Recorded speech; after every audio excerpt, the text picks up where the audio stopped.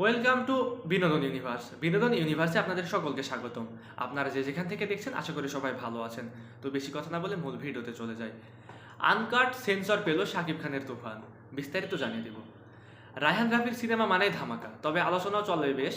এবার নানা রকম সমালোচনাকে টপকে আনকাট সেন্সর পেল শাকিবের তুফান সিনেমা। আনকাট সেন্সর সার্টিফিকেটের ছবি নির্মাতা রায়হান রাফি নিজের সামাজিক যোগাযোগ মাধ্যমে শেয়ার করেছেন।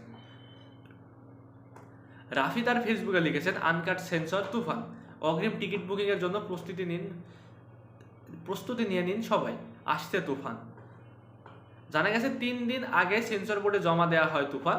মঙ্গলবার 4 জুন রাতে সিনেমাটিকে মৌখিক নো অবজেকশন জানানো হয়। তবে সবাইকে সুখবর দিয়ে বুধবার 5 জন ছাড়পত্র পাওয়ার খবরটি জানা যায়। মঙ্গলবার 7 মে নেট দুনিয়ায় প্রকাশ করা হয়েছিল 1 মিনিট 22 সেকেন্ডের টিজার। অ্যাকশন আর রহস্যে ভরা পুরো সিনেমাটাতে টান টান উত্তেজনা অনুভব করছেন দর্শকরা। সিনেমাটিতে কেন্দ্রীয় চরিত্রে অভিনয় করেছেন ঢালিউড সুপারস্টার শাকিব খান। তার বিপরীতে আছেন কলকাতার অভিনেত্রী মিমি চক্রবর্তী ও বাংলাদেশের মাসুমা রহমান নাবিলা। গুরুত্বপূর্ণ চরিত্রে দেখা গেছে দুই বাংলার জনপ্রিয় অভিনেতা চঞ্চল চৌধুরীকেও।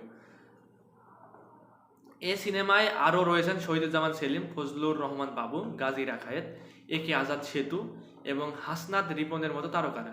তুফান সিনেমাটি প্রযোজনা করছে এসভিএফ বাংলাদেশ, আলফায় ও চরকি। তো আজকের ভিডিওটা এই পর্যন্তই। পরবর্তী ভিডিও না আসা পর্যন্ত বিনোদন ইউনিভার্সের সঙ্গে থাকুন। ভালো থাকুন, সুস্থ থাকুন, টেক কেয়ার, আল্লাহ হাফেজ।